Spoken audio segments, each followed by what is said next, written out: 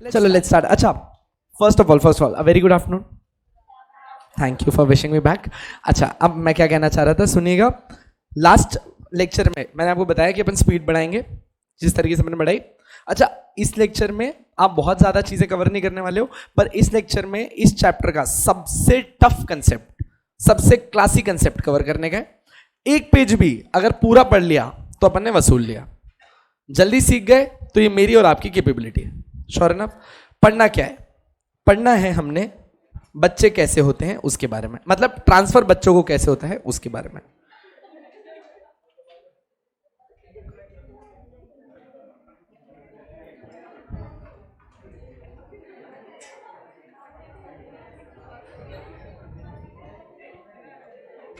चले, चलो गए, सेटल डाउन. अच्छा, अब पूरा ध्यान, तुम लोगों ने पूरी मस्ती मार ली है, अब पूरा ध्यान मेरे ऊपर.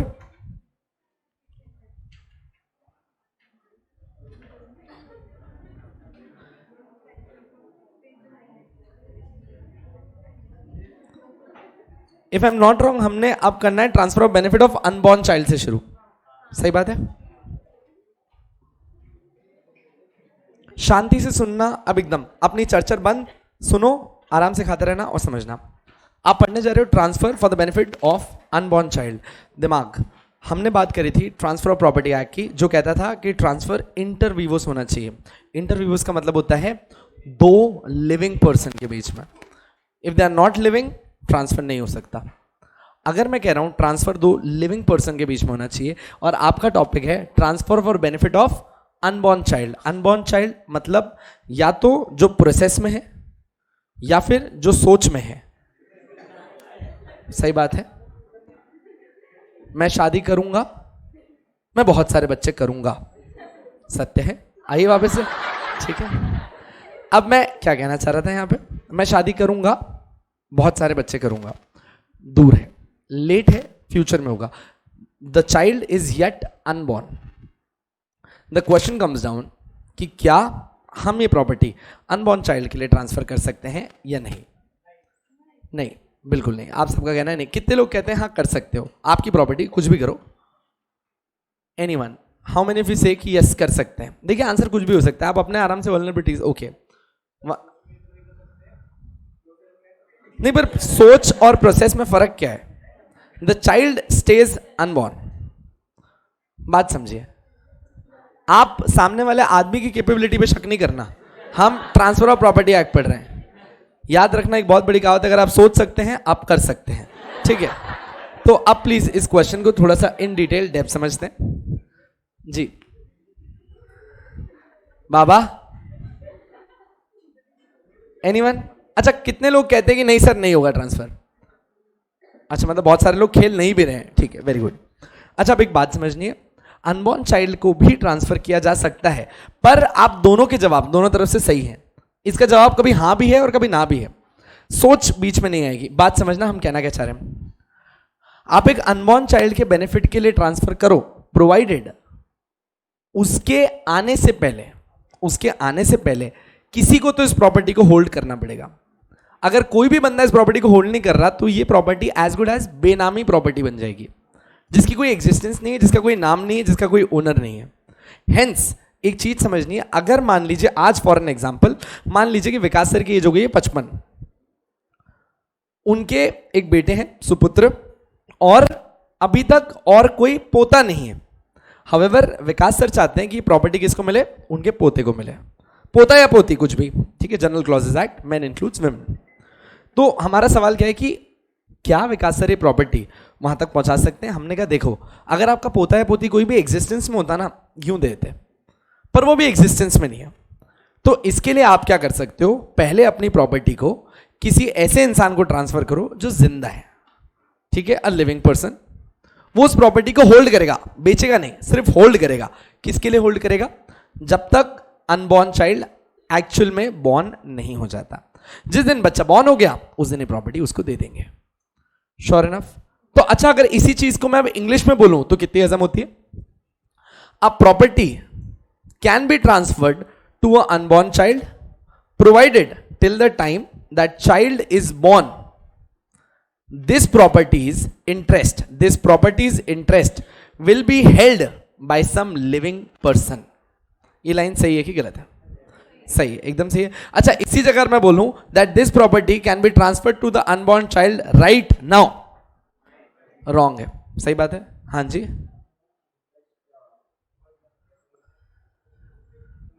एग्जैक्टली अब नेक्स्ट सवाल उठता है कि सर क्या ये इंटरेस्ट उसको बेचने का भी इंटरेस्ट देता है? दोस्त मैंने एक बात समझनी है, अल्टीमेट ओनर कौन है? वो अनबॉर्न चाइल्ड। याद करो अपन ने इतने एग्जांपल डील किए जहां पे अपन किसी को फॉर लाइफ इंटरेस्ट देते हैं। जब हम बोलते हैं फॉर लाइफ इंटरेस्ट, इसका मतलब है तू प्रॉपर्टी इंजॉय तो कर सकता है पर इसको बेच नहीं सकता। याद रहेगा, तो कभी भी ट्रस्टी बेच नहीं पाएगा। इसका एग्जाम्पल लेते हैं। चलो एग्जाम्पल मैंने दिया ही, इसके अंदर अपन अभी बात करेंगे, जबरदस्ती इतना हेवाई नहीं जाना। हाँ जी, एग्जैक्टली आपने बोला फॉर एनी गुड रीजन, सोच ही रह गई और बच्चा नहीं आया। तो क्वेश्चन उठता है कि सर क्या यहाँ पे रिवर्जन होगा, मतलब कि प्रॉपर्टी घूम के वापस वहीं आ जाएगी?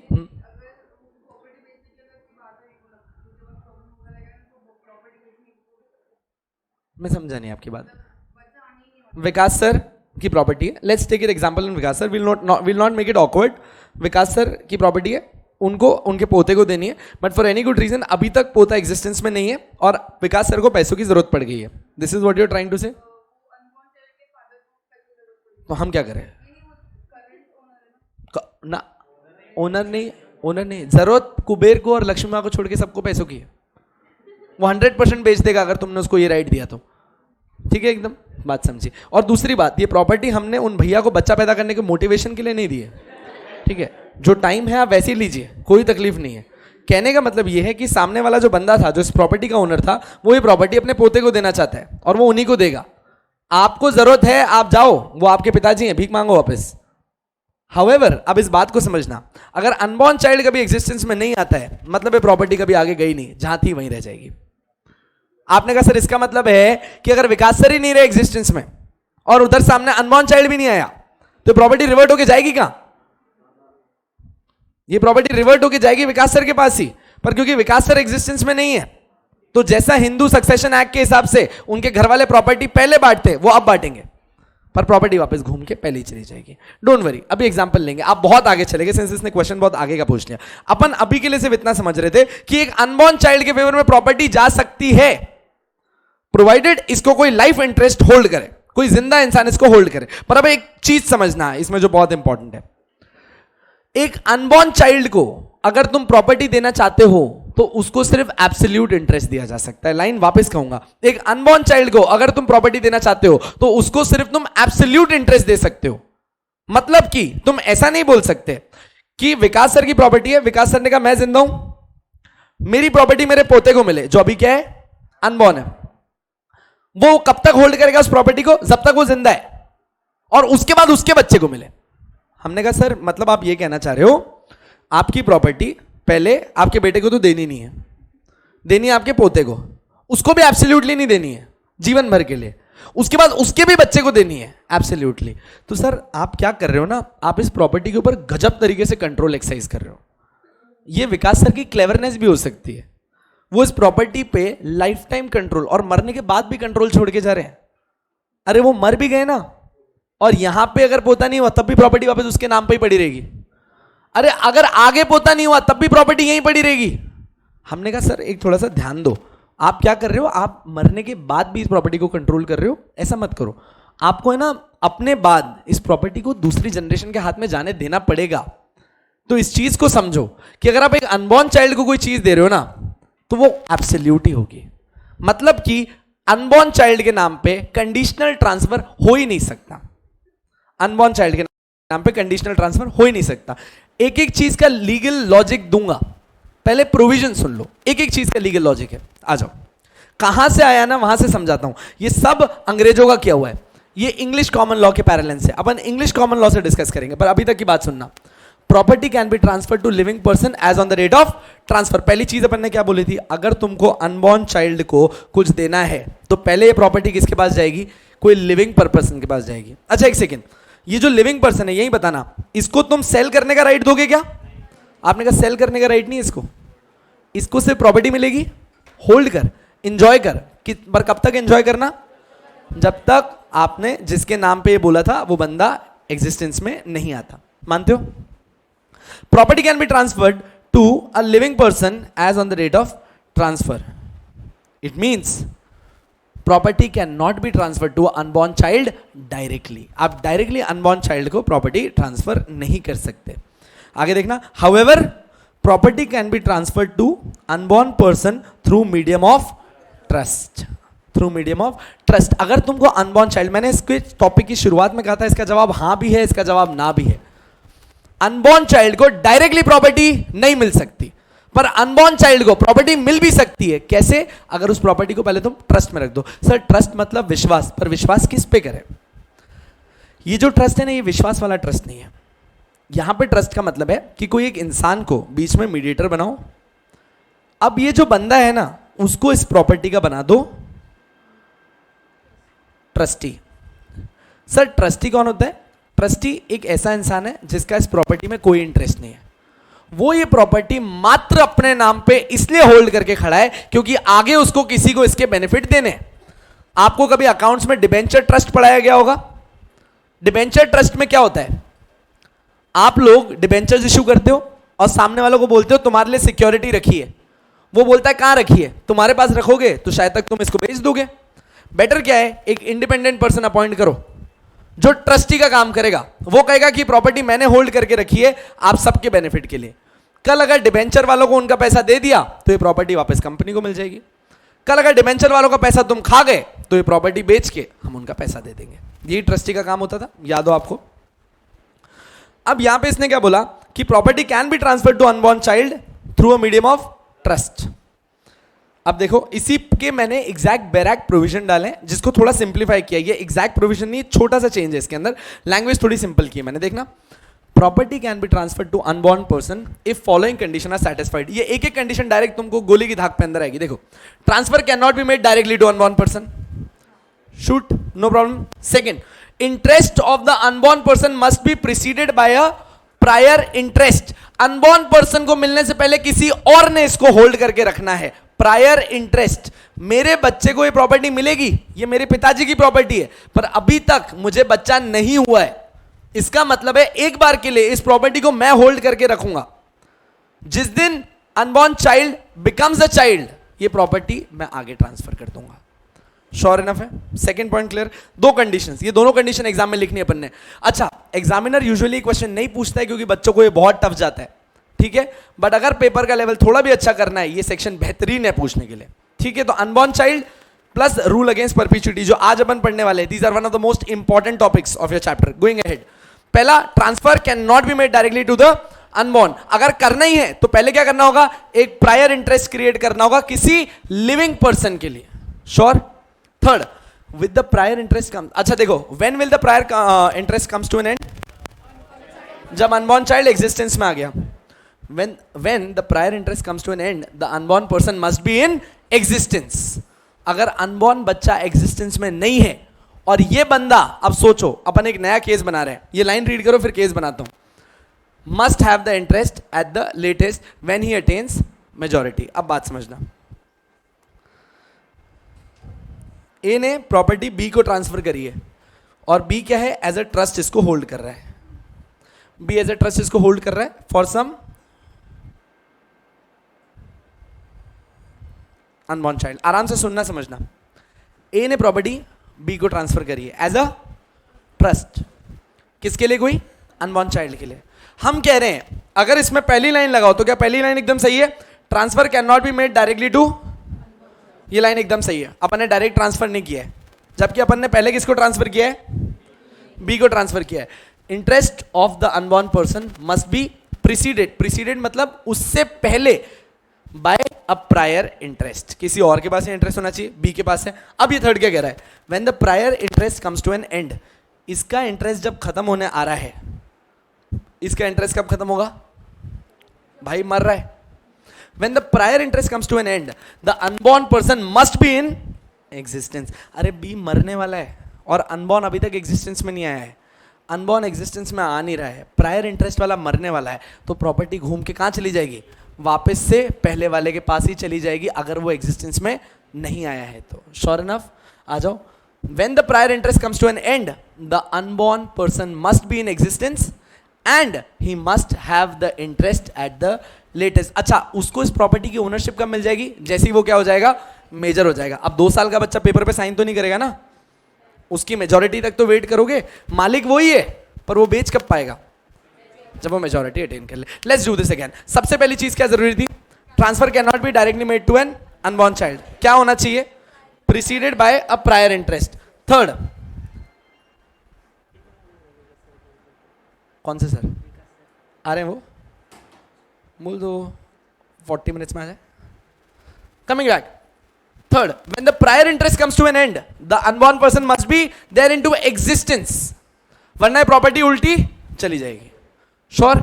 बोलो. यहां तक कोई डाउट नहीं है? रूल खत्म नहीं हुआ है, आगे बढ़ना है. अभी तक कोई डाउट हो तो पूछो.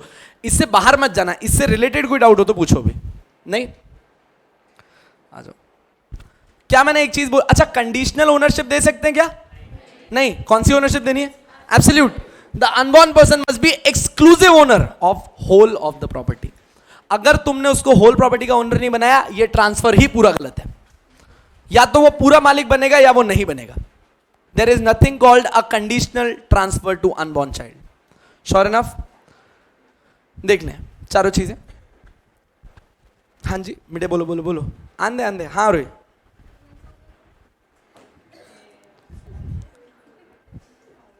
मार्कशीट फाड़ देना फाउंडेशन वाली. कैरी ट्विंस हो गए तो क्या करना है?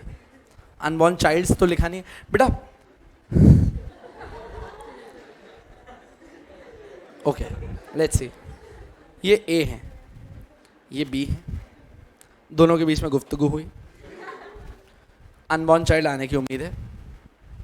प्रॉपर्टी आ गई है अनबॉर्न चाइल्ड के लिए. ठीक है, लेट्स गो अहेड. उन्हें ट्विंस हो गए बी को.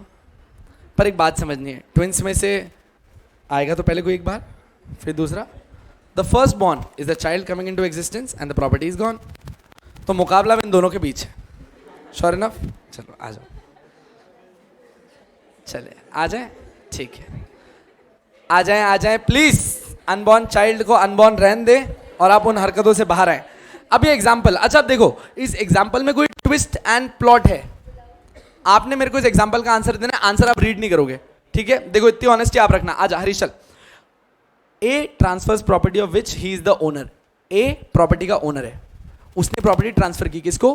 बी को इन ट्रस्ट. मतलब बी इसका ट्रू ओनर नहीं बनने वाला, अल्टीमेट ओनर नहीं है.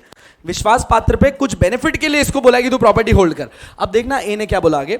ए ने बोला कि भाई मैं हो गया हूं बुढ़ा, मैं कभी मर सकता हूं, मेरे को डर है. बी जवान आदमी है. ए ने उसको प्रॉपर्टी दे दी. बी कौन है अभी? ट्रस्टी. ठीक है, ट्रस्टी इज द पर्सन जिस माध्यम से उससे अपॉइंट किया जाता है, उसे कहते हैं ट्रस्ट डीड. और अगर आपसे पूछे कि आपने क्या क्रिएट किया है, तो ट्रस्ट क्रिएट किया है. If I say what do you have created? Trust. How? By passing a trust deed. Trust deed से किसको अपॉइंट किया? ट्रस्टी. श्योर? तो बी क्या है? ट्रस्टी. आप लोगों ने क्या क्रिएट किया? कैसे क्रिएट किया? Trust deed. चलो, ए ने बी को बोला कि मेरी प्रॉपर्टी आपके पास एज अ ट्रस्ट होल्ड करो. कर ली. In trust. अब किसके बेनिफिट के लिए? ए बोल रहा है मेरे बेनिफिट के लिए. साथ साथ में किसके? And his intended wife. Intended wife मतलब होने वाली बीवी. ठीक, उसके और उसके होने वाली बीवी के लिए एक प्रॉपर्टी होल्ड करो. बहुत बढ़िया. कोई तकलीफ है किसी को? नहीं. आगे देखना इसने क्या बोला. And after the death of the survivor. मतलब कि जब ए भी ना बचे, ए की बीवी भी ना बचे, दोनों ही नहीं है, ए और उसकी बीवी मर गए. For the eldest son of the marriage for life. हमारा जो सबसे बड़ा बच्चा होगा उसके लिए होल्ड करना है इस प्रॉपर्टी को. अच्छा एक सेकंड रुको. इसने क्या बोला? वापस इस लाइन को रीड करो. For the eldest son of the intended marriage for life. आगे देखना. And after his death for as second son completely. ठीक है, आगे नहीं जाना. आप इसके आगे नहीं पढ़ोगे. केस का मतलब पहले समझा देता हूं, जजमेंट आपसे. आगे मत पढ़ो वरना आपको नहीं आएगा इसका प्रैक्टिकल एक्सपोजर में. आप अभी शायद सही आंसर दे दोगे, आगे नहीं आएगा. सुनना आराम से. ए ने ये प्रॉपर्टी बी को दी है इन ए ट्रस्ट और कहा है कि इसको मेरे और मेरी बीवी के लिए होल्ड कर. हम दोनों जब मर जाएं और अगर हमारे कोई सर्वाइवर हो, तो जो भी हमारा सबसे बड़ा बच्चा हो ये उसके पास रहेगी फॉर लाइफ. अभी बच्चा है क्या? नहीं है. हुआ तो मान लो कि हम और आगे बढ़ते गए, हमारे 2 बच्चे हो गए। एक बच्चा जब पहला वाला मर जाए उसके बाद बी को देना, मतलब मेरे सबसे आखिरी बच्चे को देना फॉर एंटायर लाइफ, मजे कर, जीवन भर मजे कर, हम रोकेंगे नहीं। एब्सोल्युटली। ये जो पूरा एग्जाम्पल है, सर ऐसा किया जा सकता है, हाँ, नहीं सर ऐसा नहीं किया जा सकता ना, बस इतना जवाब चाहिए। जितने लोग कहते हैं सर हाँ ये किया जा सकता है, वो हाथ उठाए। अच्छा क्वेश्चन नहीं समझा, वापस हाथ उठा लो, मैं बता देता हूं क्वेश्चन। एनीवन, सबको क्वेश्चन समझा है? ठीक है। कितने लोग कहते हैं सर हाँ ऐसा किया जा सकता है? 1 2 3 4 5 6 7 8 9 10। ठीक है ना, ऐसा नहीं किया जा सकता। Okay, I am impressed. Majority says नहीं। ऐसा क्यों? ना वाले क्यों? सर देखो ना, अपन ने बेयर एक्ट का जो चौथा पॉइंट पढ़ा था ना, उसमें हमने कहा था कि जिस भी अनबॉर्न पर्सन के नाम पे तुम इंटरेस्ट ट्रांसफर कर रहे हो ना, एब्सोल्यूट करना। सर इस केस में ए को अभी तक बच्चा हुआ नहीं है, मतलब उसका बच्चा था अनबॉर्न। दूसरा बच्चे का तो सवाल ही छोड़ दो, ए का पहला बच्चा ही नहीं हुआ है। आप पहले तो एक अनबॉर्न बच्चे के नाम पे ट्रांसफर करते हो, वो भी कंडीशनल। उसके बाद आप सेकेंड अनबॉर्न बच्चे के पास में ट्रांसफर करते हो जाके एब्सोल्यूट। ये जो बीच में सर आपने कंडीशनल ट्रांसफर किया ना, ये गलत था। अगर यहां पे आपने बस इतना बोल दिया होता ना कि एक के बड़े बच्चे को हमेशा के लिए प्रॉपर्टी दे देना, क्या ये एग्जांपल सही होता? तभी सही होता। लॉजिक क्लियर हुआ? बात समझी? 50% बात समझिए, बहुत है। अच्छा अभी तक खत्म नहीं हुआ है, 50% की बात समझी ना, बहुत हजम हो गई मेरे को बात। वापस करेंगे इसको, रीड करना। अभी एग्जांपल आपको पूरा उतरना चाहिए, I am sure for this. A transfers property of which he is the owner to B.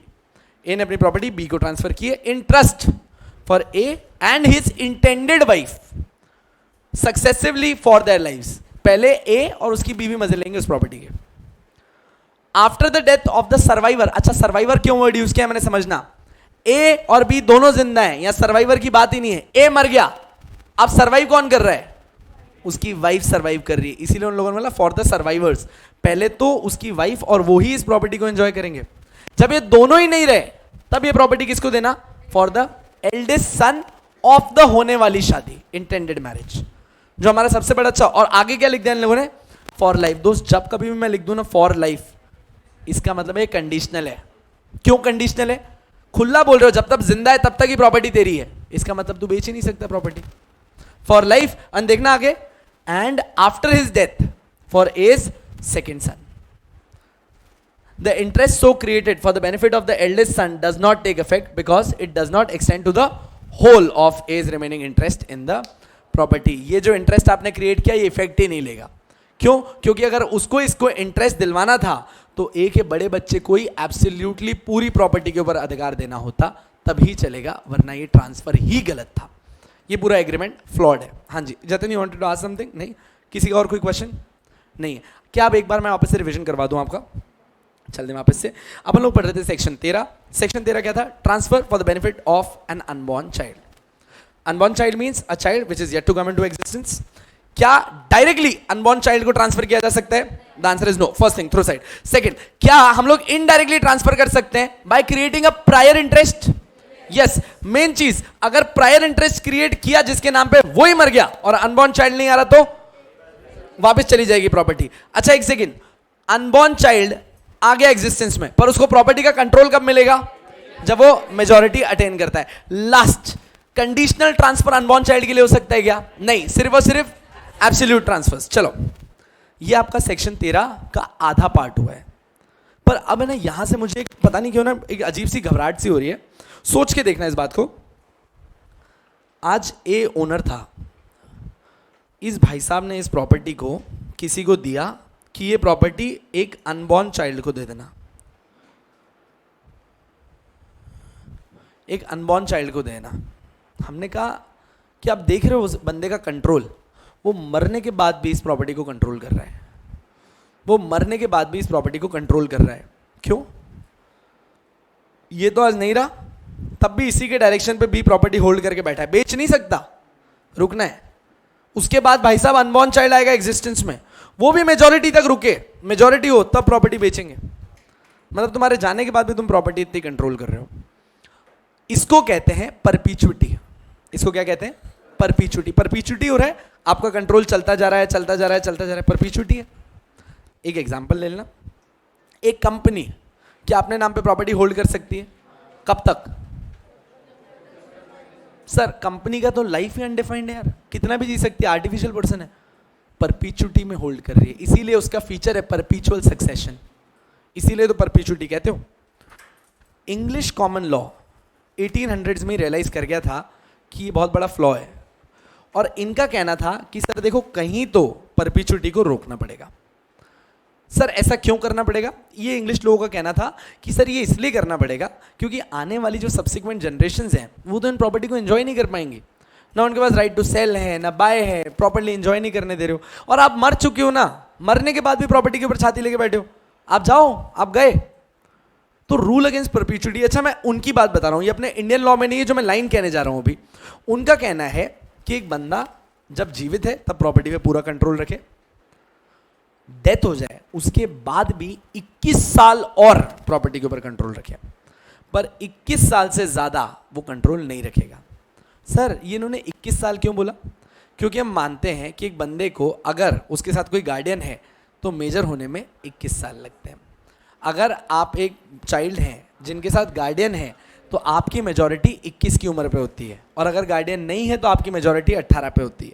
तो इन्होंने मैक्सिमम कैलकुलेट कर दिया, इन्होंने कहा अनबॉर्न चाइल्ड को देना है ना, तेरे को दे, अगर तू ही पहले मर गया और अनबॉर्न चाइल्ड नहीं आया तब तो कहानी खत्म हो गई। मान ले जिस दिन अनबॉर्न चाइल्ड पैदा हुआ तू उस दिन मर गया, उसको मेजॉरिटी में कितना टाइम लगेगा? 21 साल ना, तो मैक्सिमम 21 साल, खत्म। तो रूल ये कह दिया कि परपीचुटी तो रुकेगी, तेरा कंट्रोल तो खत्म होगा, ज्यादा से ज्यादा तेरी डेथ के बाद 21 साल, पर उसके बाद इसका कंट्रोल किसी के पास एब्सोल्युटली जाएगा ही जाएगा। सही है, हमने ये बात देख ली, हमने कहा अब हम भी कुछ करेंगे, इन्होंने इतना अच्छा रूल बनाया, तो हमने 21 वाला पार्ट हटा दिया, हमने बनाया रूल अगेंस्ट परपीचुटी। हमने कहा हमारे यहाँ भी परपीचुटी रुकेगी, हमारे बुड्ढे मरेंगे तो हमारे भी जवान जनरेशन को सब कुछ मिलेगा। तो अब जब मैं आपके सामने हेडिंग बोल रहा हूं रूल अगेंस्ट परपीचुटी, ये क्यों अपन साथ में पढ़ रहे हैं? क्योंकि ऊपर जो आप हरकत कर रहे हो ना वो परपीचुटी वाली है कि मेरे बच्चे को नहीं, मेरे बच्चे के बच्चे को देना, बच्चे के बच्चे के बच्चे को देना, तुम तो खेलती रहोगे ऐसे। हाँ ऐसे तो मैं अपने 10 जनरेशन आगे किसी के बोल दूंगा। तो इसने पहली बात बोली एक चीज, मैं अपनी जनरेशन से सिर्फ एक जनरेशन नीचे जा सकता हूं, मतलब कि मैं सिर्फ मेरे पोते तक को अनबॉर्न चाइल्ड बुला सकता हूं। ठीक है, उस हिसाब से तो मैं बोलूंगा मेरा बेटा है, अभी मेरे बेटे का नाम है राकेश, उसको जो बच्चा होगा उसका नाम रहेगा मुकेश, मुकेश को जो बेटी को उसका नाम रहेगा सीता, और सीता को जो बेटा होगा उसका नाम होगा रावण। मैंने पूरी टीम सेट कर दी मेरी, बस यही चलना है, और मैं कहा रावण को देना है सब कुछ। उसके साथ बहुत बड़ी नाइंसाफी हुई थी उस टाइम पे। आपने कहा क्या पागल हो गया, क्या कर रहे हैं? ऐसे तो फिर रावण को भी आगे कोई हुआ होगा, कुंभकर्ण ना हो गया उसको, चलता दे आगे बढ़ाते रहो, तुम तो घूमता रहेगा, तब तक तो तू ही पुनर्जन्म लेके आएगा, ले लेना वापस करण अर्जुन। हमने कहा हाँ यार बात सही है, परपीचुटी तो लानी पड़ेगी, रोकना पड़ेगा इनको, ये तो अनलिमिटेड कर देंगे, घूमते रहेंगे। इसीलिए इंडिया ने रूल बनाया, रूल अगेंस्ट परपीचुटी, मतलब ये जो आप लाइफ टाइम और लाइफ के बाद भी प्रॉपर्टी कंट्रोल करने जा रहे हो इसको रोकना पड़ेगा कहीं। अब इसको रोकने के लिए ये रूल्स हैं। अब परपीचुटी का सबसे बेसिक मतलब ले लो पहले, means forever, but can it be forever? Nothing last forever, don't get personal. According to this rule property can be transferred to a person for his one lifetime, existence at the date of transfer, to the minority of some person who shall be in existence at the expiration of that period and to whom the interest created is to belong if he attains the age of majority। बस यही rule है जिसको आगे मैं तोड़ तोड़ के कम से कम आधा घंटा आने वाला डिस्कशन करने वाला हूं। सिर्फ इतनी सी बात का आने वाले 30 मिनट डिस्कशन है। हो सकता है कुछ व्यक्तियों को ये पहली बार में हिट करके समझ में आ जाएगा एग्जैक्ट, और हो सकता है कुछ लोगों को एंड में आएगा, पर एंड तक सबको आएगा। तो अपन हर वेरिएशन ट्राई करेंगे, हर एग्जांपल ट्राई करेंगे, किससे बैठता है आप देखना। पहले इस लाइन को अपन 2 बार और रीड मारेंगे और हर बार पॉसिबिलिटीज क्रिएट करते हैं कि क्या कहना चाह रहे हैं। ये बैरैक लाइन है अकॉर्डिंग टू दिस रूल। ठीक है, आज क्या बोल रहे हैं? Property can be transfer to a person for his life time. आप किसी इंसान को प्रॉपर्टी दे सकते हो फॉर हिज लाइफ टाइम, जो एग्जिस्टिंग है at the date of transfer. मतलब कि अगर मैं आज ट्रांसफर कर रहा हूं तो सामने वाला बंदा एग्जिस्टेंस में होना ही चाहिए, अगर वो एग्जिस्टेंस में नहीं है तो ट्रांसफर ही नहीं है। यही चीज ऊपर पड़ी थी, that you can not directly transfer to unborn child. Yes, so पहली लाइन तो एकदम जस्टिफाइड है इस रूल की। It says a property can be transfer to a person for his life time, sure, existing at the date of transfer. चलो मान लिया कि तुम उसको एब्सोल्यूट इंटरेस्ट नहीं दे रहे हो, तुमको किसी और को इंटरेस्ट देना है, दो। आगे भी देखें उसमें क्या लिखा है उसने, and to the minority of some person, किसी और बच्चे को ये प्रॉपर्टी दे दोगे, who shall be in existence at the expiration of that period. इसने क्या बोला, आप अभी किसी को प्रॉपर्टी दे रहे हो, पहली बात वो क्या होना चाहिए, इन एग्जिस्टेंस होना चाहिए, और उसके बाद ये प्रॉपर्टी किसी और को दे देना, हम वो भी चलने देंगे। पर अगर जो माइनॉरिटी है वो इन एग्जिस्टेंस होना चाहिए, कब, eight the expiration of that period. What is expiration of that period? मेरे भाई जिसको तुमने पहले वाले को ट्रांसफर किया वो ही मर गया, तो करोगे क्या? माइनॉरिटी एग्जिस्ट ही नहीं कर रही है और वो पहले वाला बंदा निकल गया, हमने बोला बात ही खत्म हो गई। तो अगर आपको परपीचुइटी की बात करनी है तो ये कह रहा है प्रॉपर्टी किसी को लाइफ टाइम के लिए ट्रांसफर की जा सकती है, प्रोवाइडेड जिसके लिए आपने आगे माइनॉरिटी इंटरेस्ट क्रिएट किया है, जिसके लिए आपने आगे माइनॉरिटी इंटरेस्ट क्रिएट किया है, he shall be into existence at the end of the expiration of that period. Sure है? आगे देखना, and to whom the interest created is to belong if he attains the age of majority, और उसी को इसकी ownership मिल जाएगी जैसे ही वो क्या अटेन करेगा, मेजॉरिटी। अब दिमाग लगाओ, इन्होंने क्या किया, सिर्फ 21 साल हटा दिया और वहां मेजॉरिटी वर्ड यूज कर दिया। मतलब कि हमने कोई बदलाव नहीं किया उनमें, हमने वही किया, पर हमने कहा कि हम इंडियंस हैं, हम हमारा लॉ लाएंगे, तुम 21 बोलते हो, हम उसे मेजॉरिटी बुलाएंगे। Sure enough? हाउएवर, क्या ये मेजॉरिटी को 18 साल भी कंक्लूड किया जा सकता है अगर गार्डियन ना हो? इसीलिए भारत में 21 साल स्पेसिफिकली नहीं बोला गया, इसीलिए भारत में 21 साल स्पेसिफिकली नहीं बोला गया। क्यों? क्योंकि अगर आपको मेजॉरिटी का दर्जा मिल गया है तो प्रॉपर्टी आपकी है। यहां तक बात क्लियर है? अच्छा, 10% भी समझा तो बहुत है, नीचे वाला जाना ही नहीं है, नीचे यही चीज है, इसी के बारे में एक बार वापस से पूरी लाइन रीड करते हैं। चलो, according to this rule property can be transferred to a person for his one life time, मतलब कि जब वो जिंदा है उन्हें प्रॉपर्टी दी जा सकती है आजीवन एंजॉय करने के लिए। देयर आफ्टर एक और ट्रांसफर, मैंने आपको क्या बोला था, इंग्लिश लॉ कहता है कि एक जनरेशन आगे ट्रांसफर कर सकते हो, है ना? इन्होंने भी क्या किया, एक जनरेशन आगे तो ट्रांसफर किया, बस बोला नहीं। ट्रिक देखो इन्होंने क्या बोली, transfer to a person for his life time. Let's say Harish wants to transfer his property to me, is he into existence?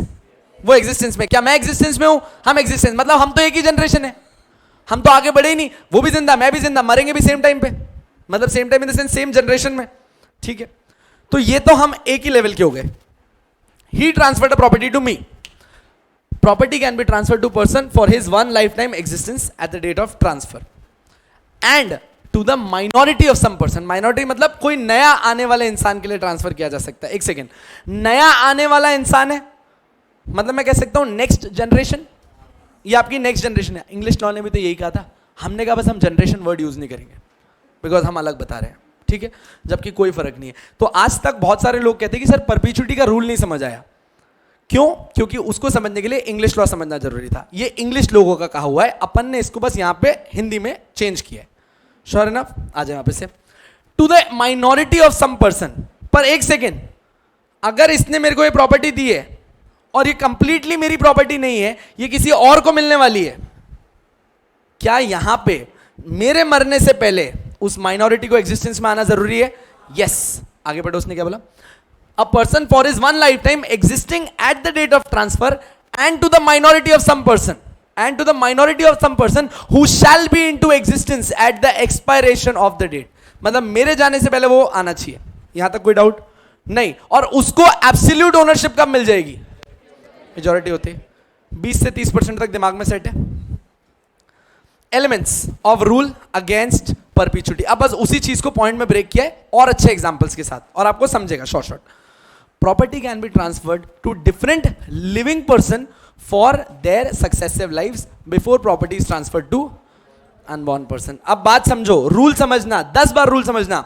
मैंने ये प्रॉपर्टी आज बोला हरीश तू होल्ड कर 10 साल के लिए, 10 साल के बाद निधि तू होल्ड करना 10 साल के लिए, और श्रुति उसके बाद 10 साल के लिए तू प्रॉपर्टी होल्ड करना, और इसके बाद ये प्रॉपर्टी देना मेरे अनबॉर्न चाइल्ड को, या फिर मेरे बेटे के, मतलब कोई भी ले लो, अनबॉर्न चाइल्ड के भी ऊपर नहीं जाता अभी, पर अभी तक बच्चा एग्जिस्टेंस नहीं है। मैंने कहा पहले 10-10 साल तुम 3 के पास है, फिर उसके पास जाएगा। ये वैलिड है कि नहीं है? सर आपने कहा वैलिड है, क्यों? अभी तो अपन ने बोला था वो अनबॉर्न चाइल्ड को एब्सोल्यूट इंटरेस्ट देना और एक अनबॉर्न से दूसरे अनबॉर्न पे मत जाना।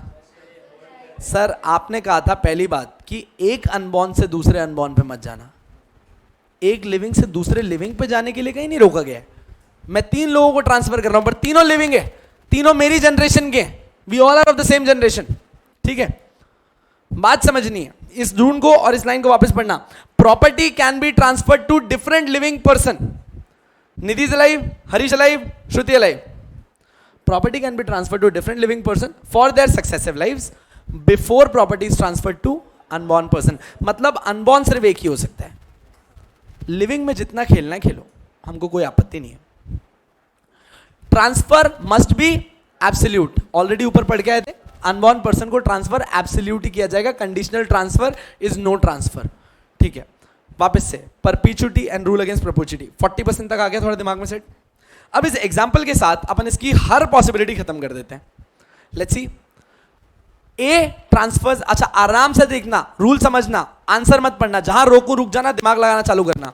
ए transfers a piece of land to his friend B for life. B is into existence. A ने एक लैंड है जो बी को दी है, दोनों जिंदा है, जिंदा है। Property can be transfer to different living person बोला गया था ना ऊपर, आ जाओ।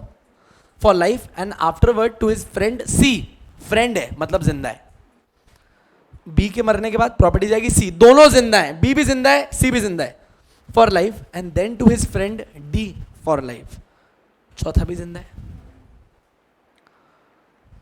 बहुत बढ़िया, ठीक है। अच्छा एग्जाम्पल है, जाहिर सी बात है, मतलब ए मर जाए और बी सी डी जीते रहे खेलते रहे, नहीं होगा, ठीक है? सेम जनरेशन होंगे, दोस्त बोला है, बाप ने, ठीक है?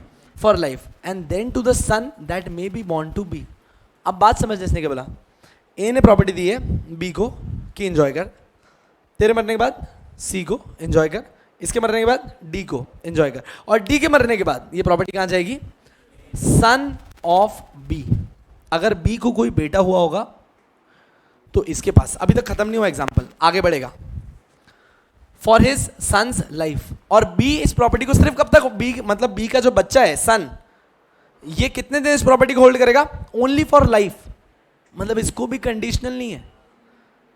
एब्सोल्यूट होता तो लिखता then for ever to B son, पर फॉर एवर नहीं लिखा उसने, कंडीशनल बोल दिया। आगे देखना, son's life then the son that may be born to C, उसके बाद यहां से निकल के इसके बेटे के पास जाएगी।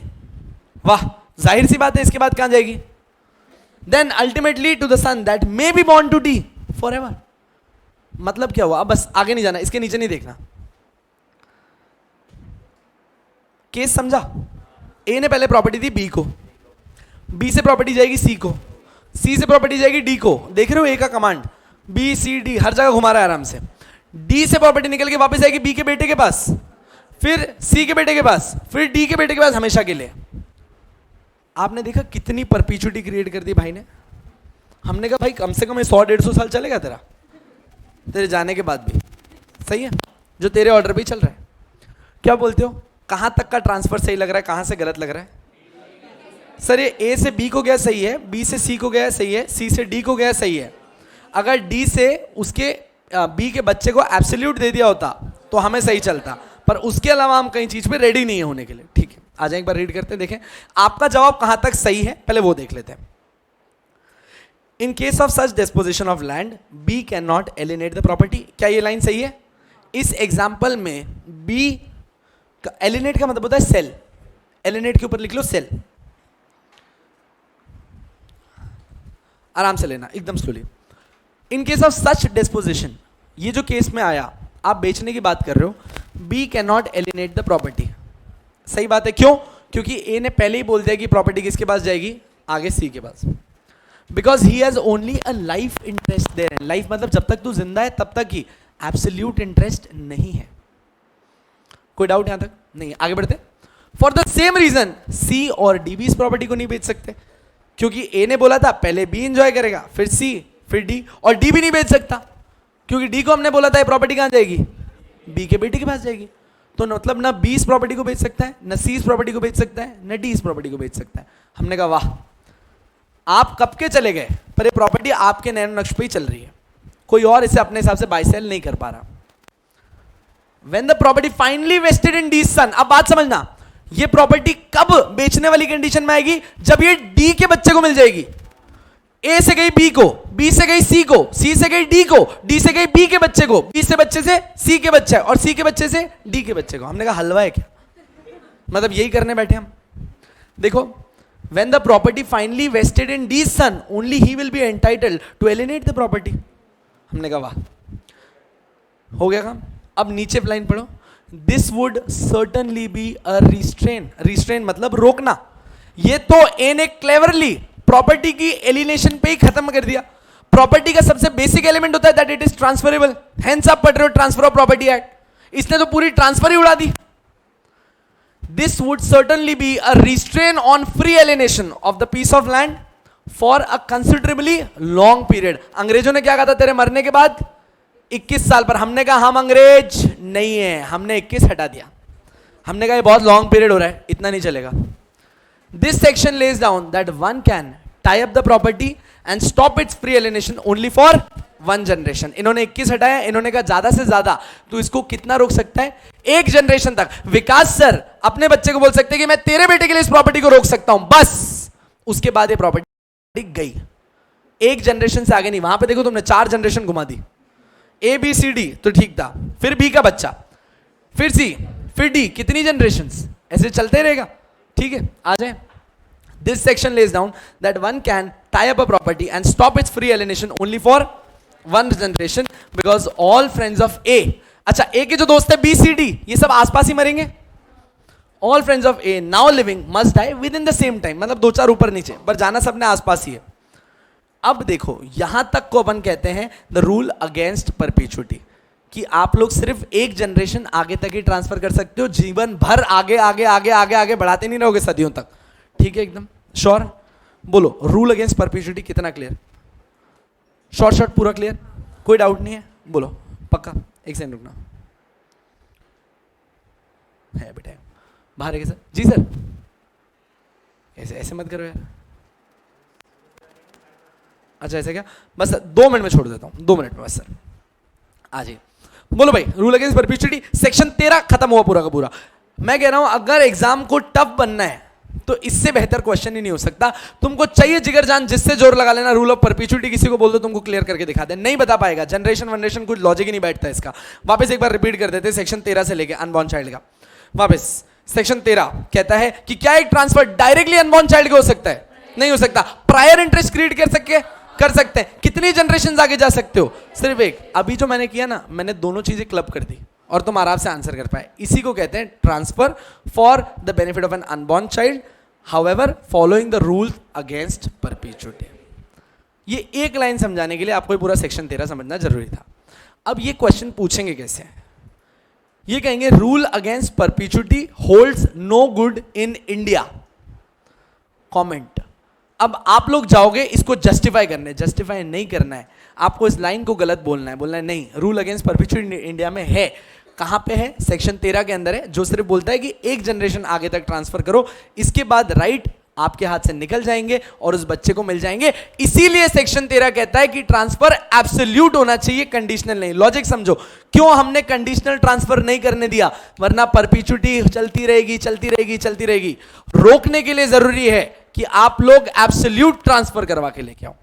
Sure enough? बोलो एकदम, कोई डाउट अभी तक नहीं है? Exceptions and we stop. अच्छा एक्सेप्शंस आपके लिए एकदम केक वॉक होंगे, नक्की बात है। When the land is purchased और held by corporation, corporation is perpetual succession, जिसका जीवन परपेचुअल है तो प्रॉपर्टी भी परपेचुअली होल्ड करेगी। श्योर है? क्योंकि आर्टिफिशियल पर्सन है और खुद लाइफ टाइम जी सकती है, लेते रहो, प्रॉपर्टी लेके रखो। Second, when the property is transferred by way of gift for the benefit of public, आपने ये प्रॉपर्टी अपने घर में नहीं बांटी है, आपने इसको पब्लिक के लिए दे दिया। जमुना लाल का आश्रम, गोलमाल मूवी देखी क्या? इन परपेचुइटी अनाथ आएंगे रहेंगे, पिक्चर बनती जाएंगी चलती जाएंगी, जमुना लाल जी का आश्रम वहीं कांस्टेंट रहेगा, पब्लिक बेनिफिट के लिए छोड़ दिया, परपेचुइटी चलती है, हम नहीं रोकेंगे। क्यों? क्योंकि आप भलाई कर रहे हो। कौन से एक्सेप्शन हो गए? पहला, सेकंड, साले जमुना लाल मत लिख देना,